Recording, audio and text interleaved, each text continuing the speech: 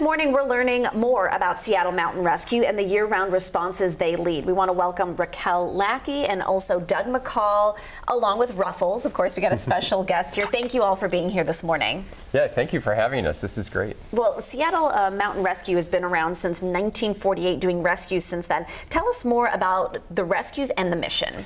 Yeah, sure. So we were founded as climbers helping climbers in 1948, and that's been the foundation of our organization and our mission.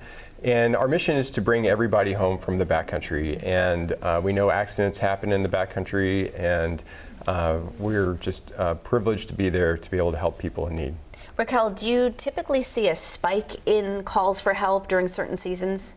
June starts our busy season, and in fact, last night we were on 3 missions alone. Wow. Whereabouts? One was at Twin Falls, the other one was at Mason Lake, and another one were at Exit 38 for some stuck climbers. Okay, right. So just now through the summer, it's going to get busier and busier. Yes. What's the main focus for fundraising right now? This is an all-volunteer group. What sorts of things does the team need to keep these critical missions going?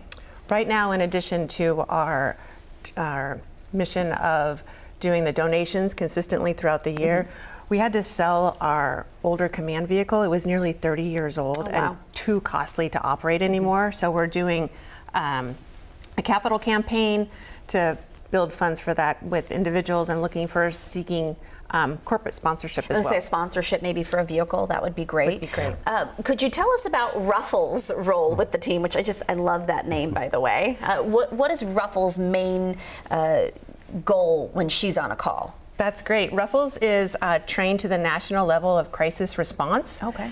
And she has an innate ability to seek out interactions with people who are needing connection. Once you interact with a dog, it helps you process what you've been through. Her job is primarily our team, but she does interact with family members who are waiting to be reconnected with their loved ones. It's a tremendous amount of comfort that maybe they didn't know they needed. Yes. Yeah, absolutely.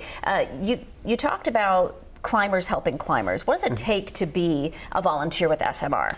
Yeah, so as seasoned alpinists, we're looking for 3 years of snow and rock, snow and ice climbing, 3 years of rock climbing, and 3 years of alpine climbing. Okay.